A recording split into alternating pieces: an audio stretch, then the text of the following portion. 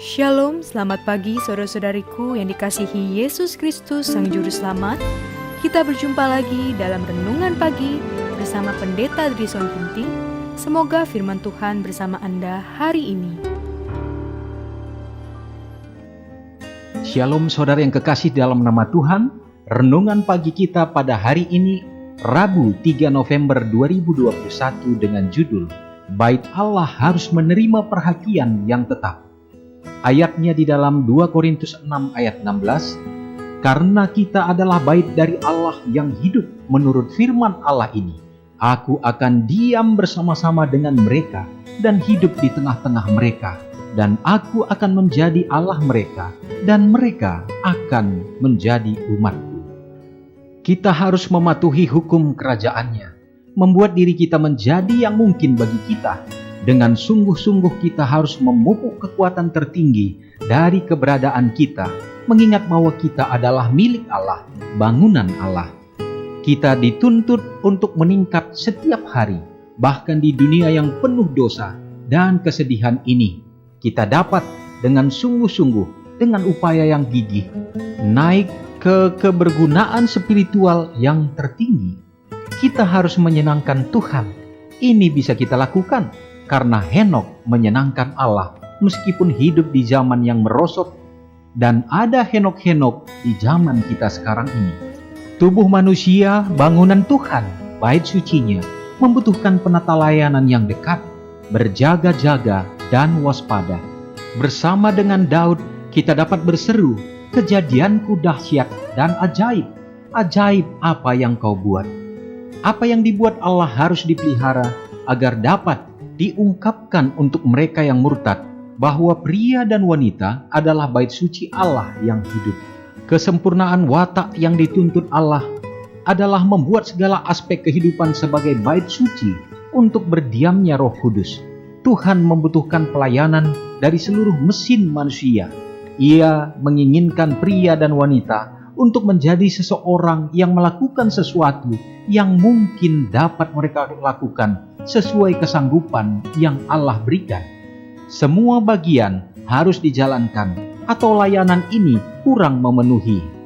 Kehidupan fisik harus dididik, dipupuk, dan dikembangkan dengan hati, sehingga melalui pria dan wanita, sifat ilahi dapat dinyatakan secara sempurna.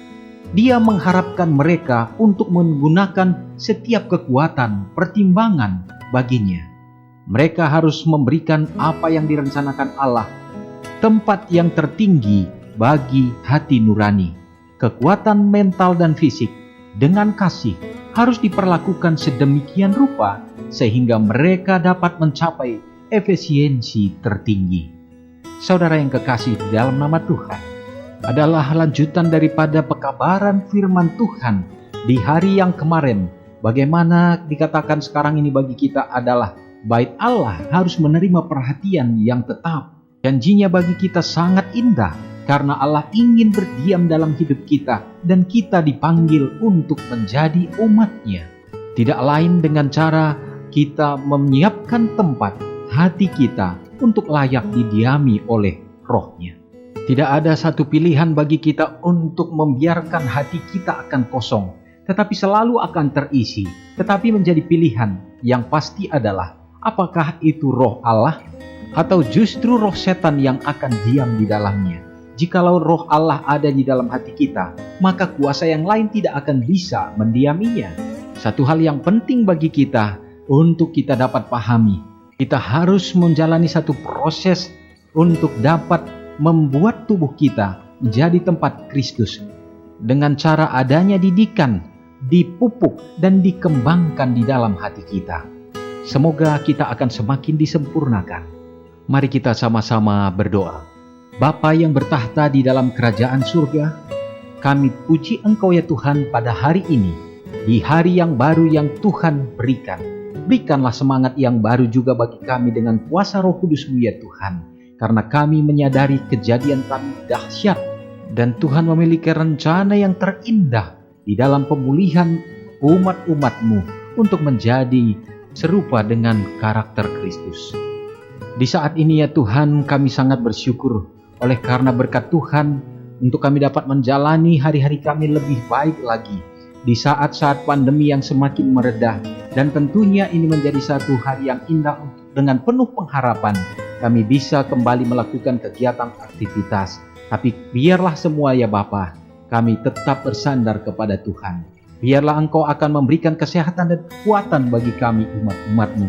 Kami percaya bahwa masa-masa kedatangan Tuhan sudah semakin dekat. Ampunkanlah kami ya Bapa, untuk dapat berjalan bersama dengan Tuhan di dalam kebenaran-Mu. Tuhan memberkati kiranya umat Tuhan yang berada di dalam masa-masa kesulitan sekarang ini, yang terkadang membuat umat-Mu dapat menjadi lemah iman oleh karena berbagai faktor yang terjadi, yang terkadang dapat menjadi satu alat untuk melemahkan umat-umat-Mu. Yang membutuhkan pekerjaan, biarlah Engkau tunjukkan yang terbaik ya Tuhan. Demikian juga dalam segenap rencana-rencana kehidupan, Tuhan akan tuntun supaya dapat berjalan sesuai dengan kehendak-Mu, menjadi berkat bagi umat-umat-Mu. Hamba-Mu berdoa juga bagi saudara-saudara kami yang sedang terbaring dalam keadaan sakit, baik di rumah, demikian juga di rumah sakit ya Tuhan. Biarlah Engkau juga memberkati, memberikan pemulihan, dan memberikan berkat untuk mencukupi segenap kebutuhan dan keperluan, sehingga ya Tuhan, mereka akan bersuka cita merasakan kehadiran Tuhan dalam hidup mereka. Tentu ya Bapa, di samping itu begitu banyak umat-umat-Mu yang merasakan berkat-berkat. Biarlah kiranya Tuhan juga menjadikan itu menjadi penguat bagi iman kerohanian dan membuat mereka semakin setia ya Bapa. Terima kasih Tuhan untuk semua jaminan berkat-Mu. Mengampuni dosa kami. Doa ini kami serahkan di dalam nama Yesus. Amin. Selamat pagi, Tuhan Yesus memberkati. Ingatlah Matius 5 ayat 13-16. Biarlah kamu menjadi garam yang mengasinkan dan terang yang menyinari kehidupan orang lain. Jangan lupa subscribe, like, dan share ke seluruh dunia.